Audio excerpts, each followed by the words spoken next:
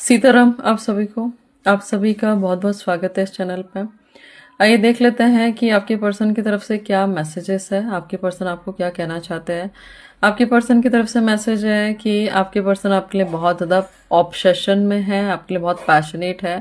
ये आपसे कहना चाहते हैं मैं कल भी आपके लिए पैशनेट था, मैं आज भी आपके लिए पैशनेट हूँ और मैं लाइफ टाइम आपके लिए पैशनेट रहूँगा, ऐसा ये आपको कहना चाहते हैं।